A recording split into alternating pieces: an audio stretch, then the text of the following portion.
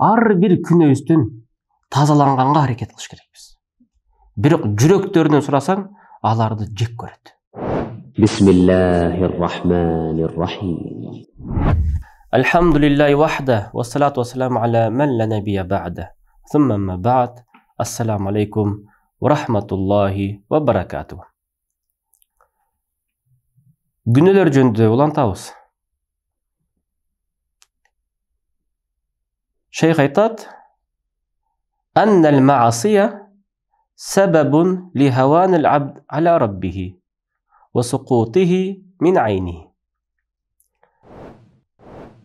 Günler pende Rabbisinin aldında jek көрүндүү болуп калат. Жана Rabbisinin көз алдында даражасы түшүп калат дейт.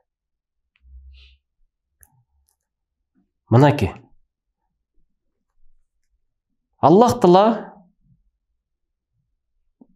бизди жакшы көрөт, качан гана биз Аллах Таалага ибадат кылып, итаат кылган учурда. Ал эми күнөө кылып, күнөөнүн артынан биз жек көрүндүү болуп калышы мүмкүнбүз өз Раббибизге. Жана Раббисинин көз алдында даражабыз түшүп, жана элдердин алдындагы даражабыз түшүп калышы мүмкүн. Анткени элдер билет жек көрүндүү адамды. Келиңиздер, Хасан аль-Басри эмне деген? Хану алейхи фаасау.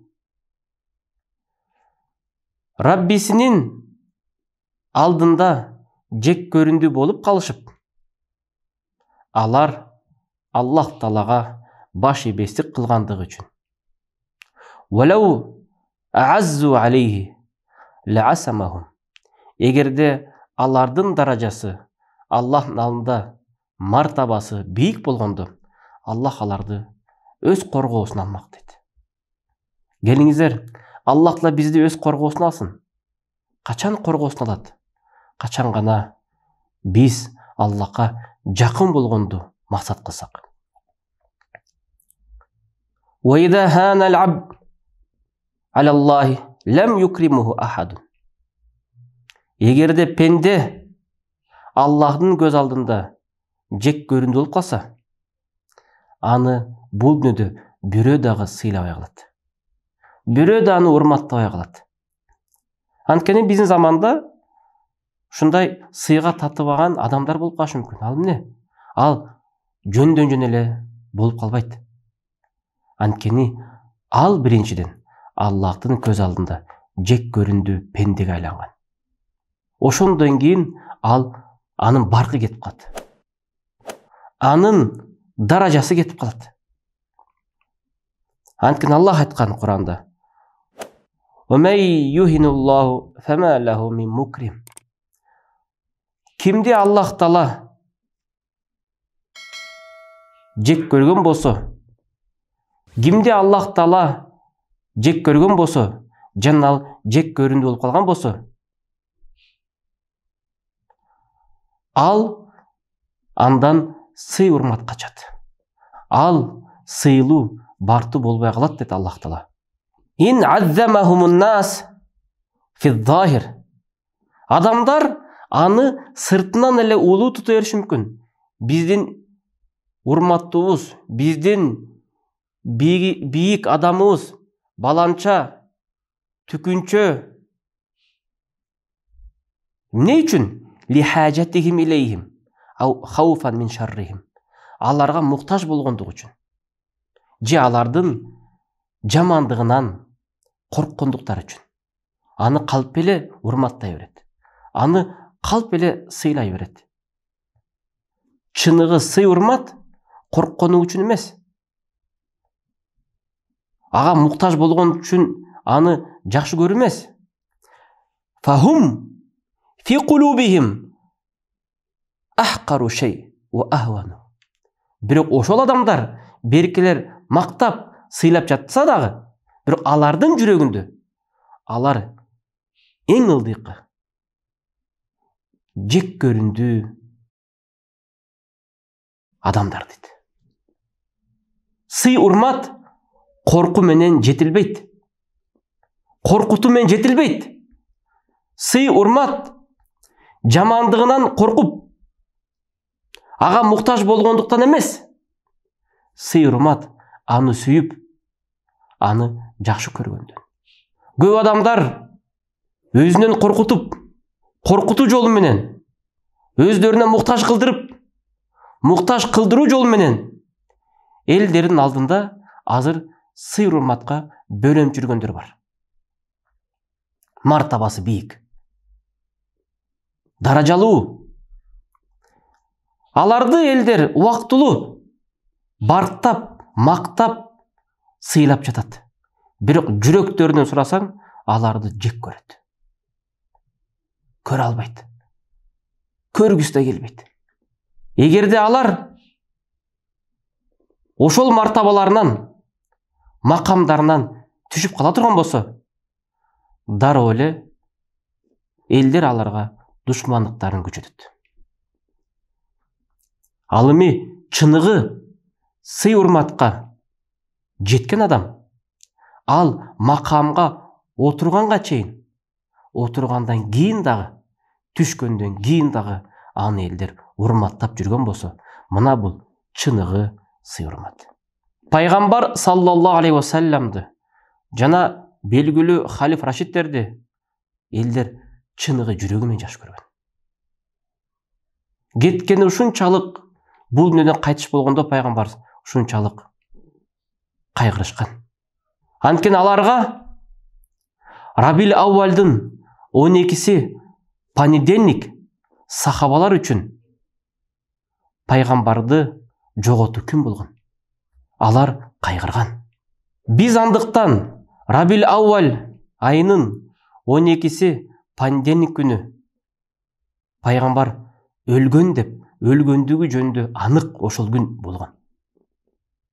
Биз ошол күндү эстегенде кайгырыш керекпиз.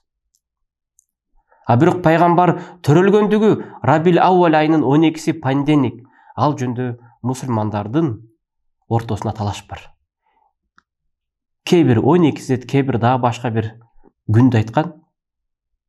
Бирок пайгамбардын өлгөн күнү ал анык. Тарыхта бир дагы мусулман аны менен талашкан эмес ал маселеде. Рабил Ауалдын 12-си понедельник күнү өлгөн. Сахабалар үчүн бул күн кайгылуу күн болгон. Алар кайгырышкан. Келиңиздер, пайгамбарды эстейлик. Эң жакшы пайгамбарды артынан ээрчүү понедельник күнү орозо тутуу. Анткени пайгамбар айткан, понедельник күнү мен төрөлгөм дейт. Пайгамбардын артынан ээрчисек, ушундай бир береке табабыз. Андыктан келиңиздер, биз чыныгы урмат сыйга бөлөнгөндү кааласак, күнөөлөрдөн алыс болот. Күнөөлөр урмат сыйдын, барктын бардыгын жок кылуучу. Пенде канчалык күнөө кылган сайын, ла язал яртакибуддан, пенде канчалык күнөө кылган сайын жүрөгүндө ал күнөө кичинекей боло баштайт. Арак кешке иче берген адам, арак ичүү ал үчүн чоң бир маселе эмес. وَذَلِكَ عَلَامَةُ الْهَلَاكِ. Бул дейт, анын жок болушуна, ал азапка түшүүсүнө далалат, аламат экен дейт. Канчалык күнөө көз алдында кичинекей болгон сайын, бирок билип койгула, Аллахтын алдында бул күнөө өтө чоң, улуу, коркунучтуу абал. Анткени Бухариде хадис бар. Имам аль-Бухари Тауба бөлүгүндө мындай деген хадисте риваят кылган. Бул Абдулла ибн Масудтун сөзү. Абдулла ибн Масуд айтат: innal mu'min yara zunubahu ke'annahu fi asli cebel yakhafu en yaqa aleyhi. Momun, takva adam günöөнү дейт, кандай көрөт дейт, күнөөлөрдү дейт, ал ушундай көрөт дейт. Ушундай чоң бир тоонун түйүндө отургандай дейт. Жана тоо ага колап түшүп калуучудай. Ал үчүн күнөө килтеген чоң бир тоодой. Жана ошол тоо ага колап түшүп калуучудай. Ал эми бузуку адам күнөөнү кандай көрөт дейт. Иннал фажир яра зунубаху кадубаб. Бузуку адам күнөөнү чымын сымал көрөт дейт. Вака аля анфи. Кайсы кыл чымын? Мурдуна конуп калды дейт. Факала бихи хакада фатара. Андан кийин колу менен шилтеп койду, ал учуп кетти дейт. Карагыла, бузуку адамга күнөө чымындай эле. Ойлойт, мага көп деле таасирин бербейт. Чымын сымал эле, эмне чымынды айдап койсоң кетип калат. Бирок жөнөкөй эле күнөөлөр момун үчүн килтеген чоң бир тоодой болот. Ошону мен жазай койсом, тоо менин үстүмө колап калчудай деп коркут. Бул Ибн Аббастын айтып бераткан сөзү. Жана бул асар, бул хадис имам Аль-Бухари өзүнүн сахих хадисинде риваят кылат. Келиңиздер, сиздерге суроо. Күнөө сиздер үчүн тоодойбу? Же болбосо чымындайбы? Аллах Таала бизди күнөөлөргө жолоордо мурда ошондой абалда сезиш керек эмес. Күнөө деген чоң бир тоодой. Мен жолоп койсом, мен үстүмө түшүп калса, мен көтөрөм аны. Эгерде биз күнөөлөрдү чымындай көрүп койсок, анда абал башкача болот. Анда бузуку адамдын кийимин кийген болобуз. Жүрөктөрүбүз күнөөгө оролуп, жүрөктөрүбүз бузукулукка кирип көр болуп калышы мүмкүн. Келиңиздер. Күнөөлөрдүн акыбети начар. Ошол үчүн биз ар бир күнөөбүздөн тазаланганга аракет кылыш керекпиз. Ойлонуп, ойгоно турган күндөр келди. Аллах Таала бизди таквалардын арасынан кылсын. Элибизди ар кандай баледен сактасын. Жакшылыкка кошулуу, жакшылыкты өзүнө арттыруу. Жамандыкка кошулуу, жамандыктын артынан да бир жамандыкты алып келүү. Аллах Таала бизди дайыма жакшылардын арасынан кылсын. Жамандардын арасынан отуруп калсак, кол менен токтотконго аракет кылалык. Же болбосо тил менен болбой калды дегенде жүрөк менен жек көрүп, ошол жерден туруп кетүүнү Аллах насип кылсын.